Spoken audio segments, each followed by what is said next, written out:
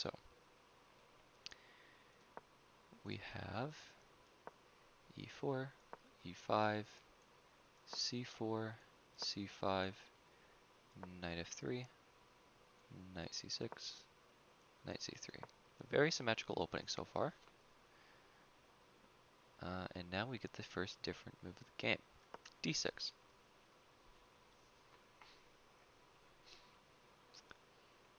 And h4. h4 is a very advanced move, often only played at the highest level or at the lowest level.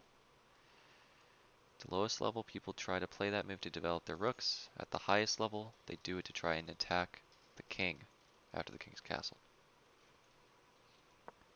We now get f5.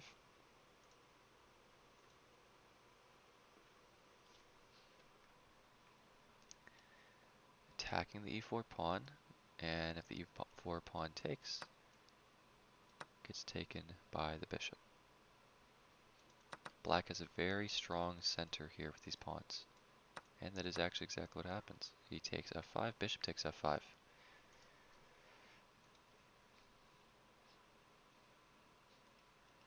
Black has quite a strong center, and white has a very open king. However, white doesn't care about the center or the king, just pushing h5. This pawn might go the distance, all the way up to h6. But if that does happen, black could very easily just play g6, preventing the white pawn from taking anything and then being trapped on that square. Instead, white's knight is now getting pinned by the black bishop on g4. If the knight moves, then the bishop takes the queen.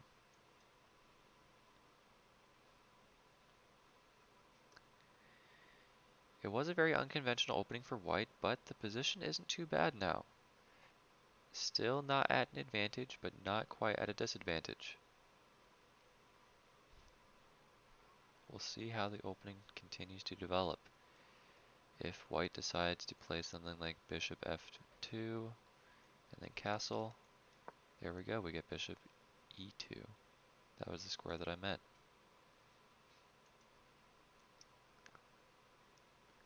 White can now castle, and black takes the pawn on h5, perhaps without realizing that it's protected. Will white see that? The rook is attacking the bishop. Rook takes h5, and it was played. Black plays g6, attacking the rook. Where will the rook go? It might just go all the way back to h1. h3 instead.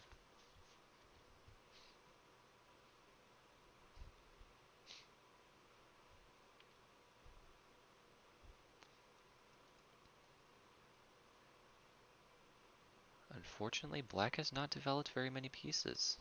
The bishop is gone, the knight has been moved, but the bishop, the knight, the two rooks, and the queen have not yet moved from their starting squares. Finally, starting to develop, knight f6. We may see the bishop move in the king castle, or we could see a queenside castle with the queen moving.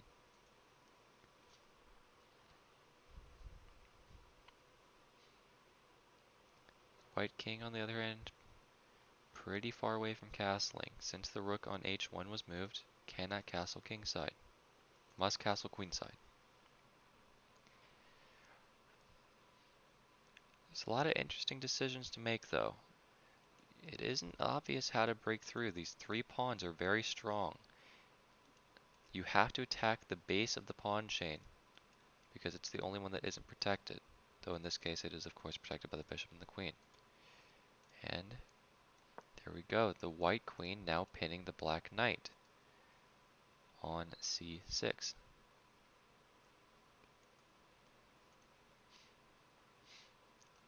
Black has developed two knights, has pushed many pawns, has a fairly strong center in terms of pawn structure, but Unfortunately, down a piece. It's still not impossible to come back though.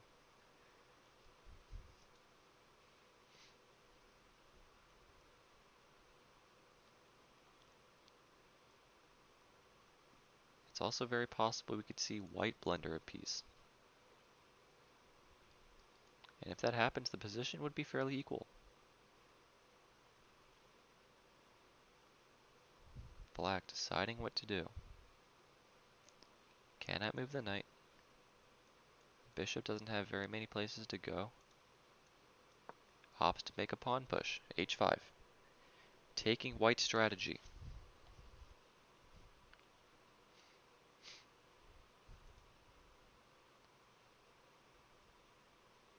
White. This is about the point in the game where white would want to be looking for some pawn breaks. Up in material, pieces are more developed. Push the pawns, castle, and then break through with the pawns. Create some space so that you can attack the black king. Or just simplify, trade off pieces. You're up a bishop.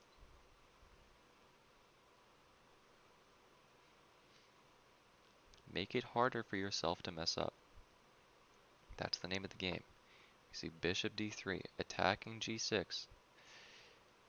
If the bishop takes on g6, the king is now under attack as well.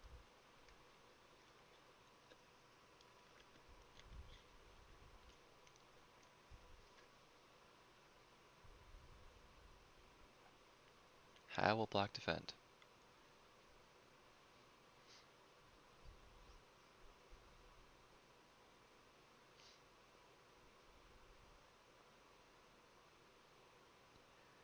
If the queen wasn't pinning, we could see something like knight to e7 protecting that, but of course the knight cannot move.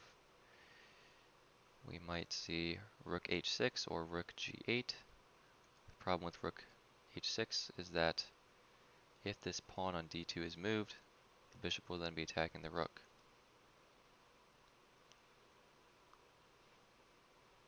We don't see defense, we actually see an attack. d5. Black wants to fight on his own terms. White does take the pawn. How will black respond?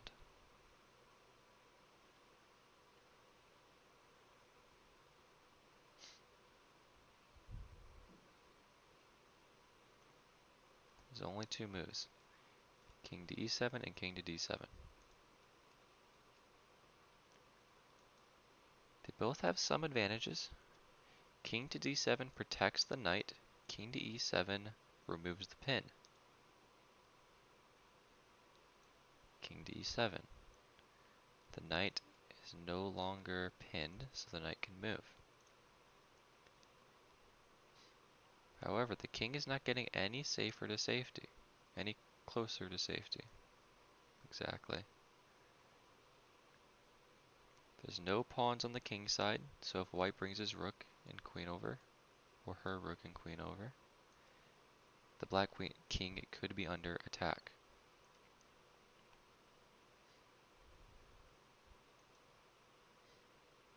It's a very open position on the king side. But black still has a strong center. If he can stabilize his position, he might be able to make a comeback despite being down a piece. For beginner players, it can be very difficult to convert these types of positions into victories.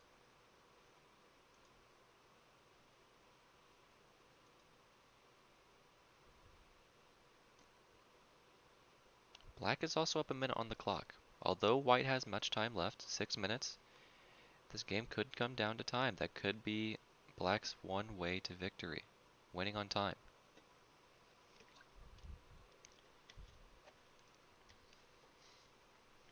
And it's not time not well spent either. As I mentioned, it can be very difficult to convert these types of positions. The king is in the center, but it isn't always obvious how to attack. This pawn is protected twice, only attacked twice, so you can't take it. This knight, doesn't have many places to go. Knight to b5. Not the best move according to the engine, but still a winning position.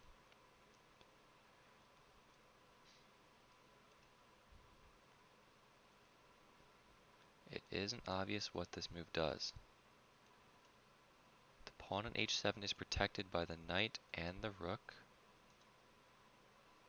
And the knight doesn't have many places to go after it's gone to b5.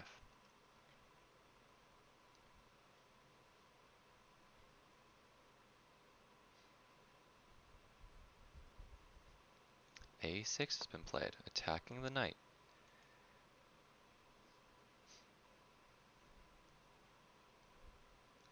We might just see the knight go back to its original position. Knight c3.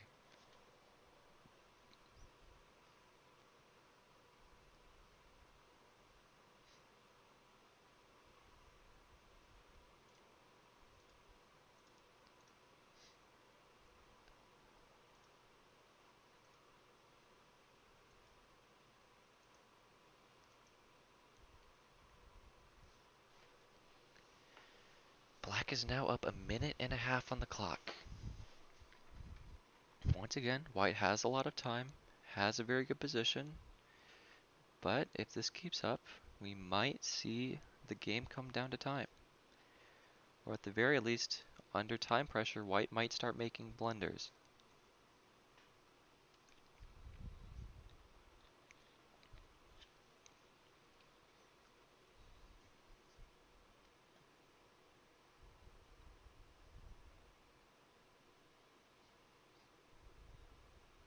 White goes to a3 instead.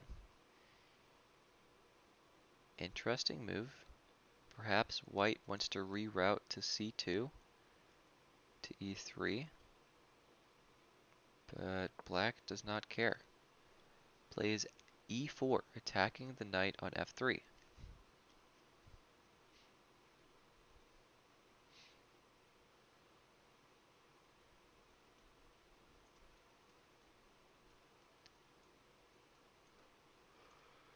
White plays knight to g5.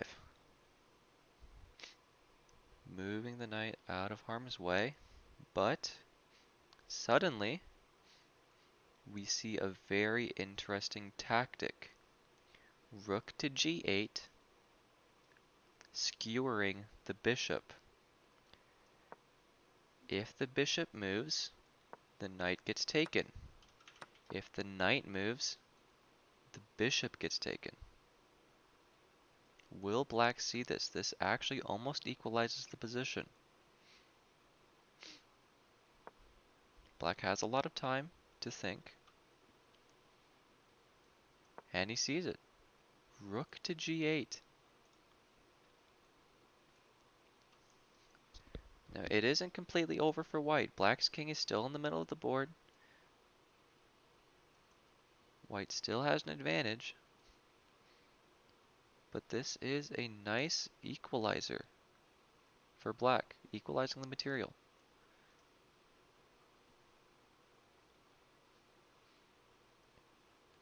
f4 is played. Could we see the fabled en passant? Or will we just see black take the piece? It is a free piece. It's not being defended. He does take it. Material is now equal.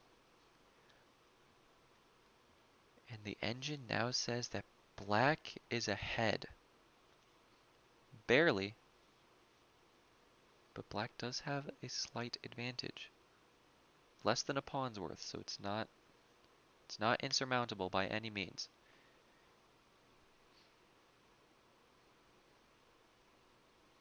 But what was once a piece advantage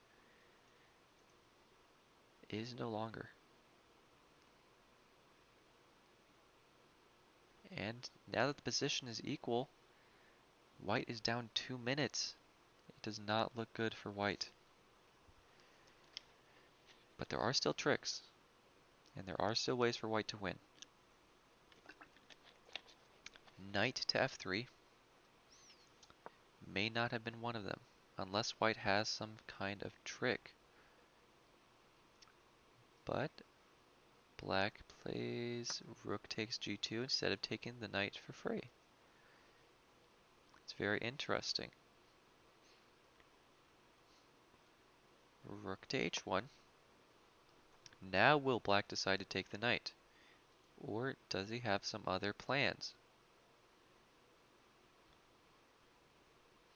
Black takes it. So now black is up a knight and a pawn. And there is a passed pawn that is very close to queening with a rook next to white's king. And white's king doesn't have very many places to go. d3, opening up the diagonal for the bishop.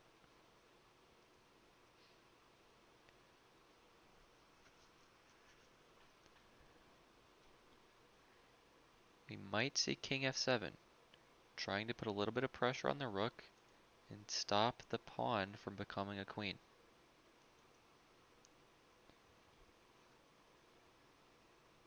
Or king to f1 rather.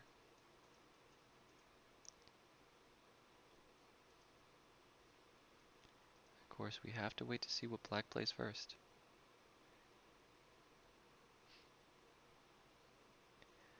The queen and the bishop remain undeveloped and the rook is stuck in the corner, so black still has many pieces that are not yet developed.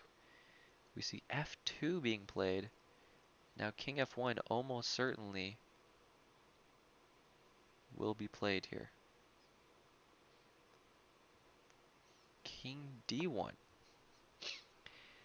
That is disastrous for white because black now plays rook g1, and if the king moves, the rook will be taken for free, or there will simply be a queen made on the board. And if the rook takes the rook, the pawn can take the rook and become a queen, which happens. The king now must run away, and this rook may never be developed on a1.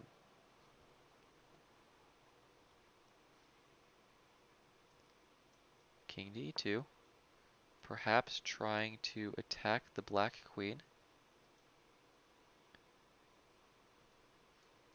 with something like bishop e3 following.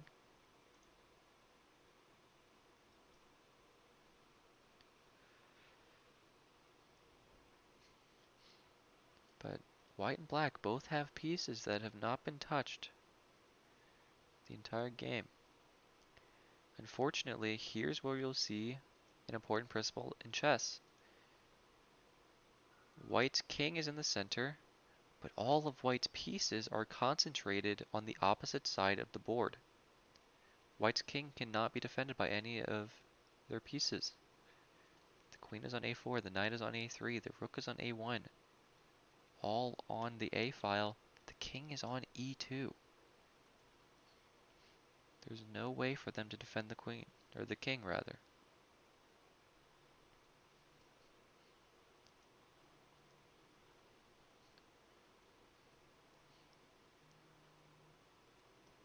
Black plays h4, maybe trying to get another queen. And white does attack the black queen with bishop e3. But of course, black is able to attack the rook and take it on a1. Does white still have some counterplay? Perhaps yes. The queen is no longer attacking. There we go. We see bishop takes c5. The king is now under attack for black. Where will the king go?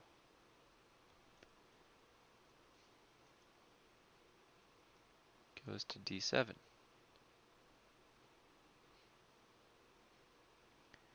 Can white continue to apply pressure to the black king? It doesn't seem likely. Queen takes on a6. Never mind. That move was redacted.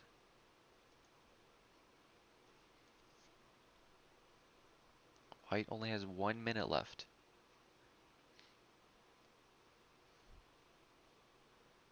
It's not a lot of time to come up with a game plan from this position. White would love it if the pawn on b7 was not there, or if the knight was not there. Instead, opting to play d4, trapping her own bishop. We now see queen b2, queen c2. Will we see a queen trade?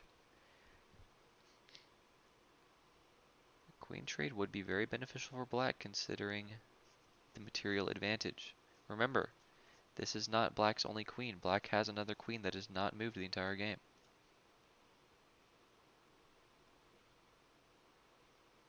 And in fact, black will likely get another queen on the h-file.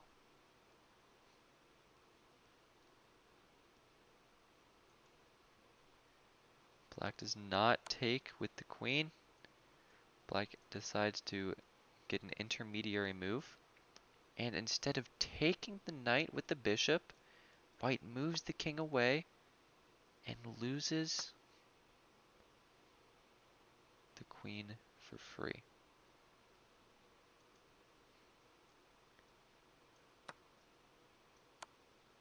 We now are reaching time scramble for white. Still less than a minute left. And the moves are flying out for both players. A little bit difficult to keep up with it. Queen e4. White only has 3 pieces left. If this pawn falls, it will be impossible for white to win this game based on the material that they have. White would have to hope for a draw to force a tiebreaker. Finally, black moves his other queen into the line of fire with the bishop, but because it is pinned, it does not matter. Queen e takes on e3. The king does not have very many places to go. f2, and now queen f2 will be checkmate. Instead, going for a fancier move, knight to e4. We see f6, knight takes. We are very dangerously close to a stalemate, so that would be interesting. But no, we do see a checkmate.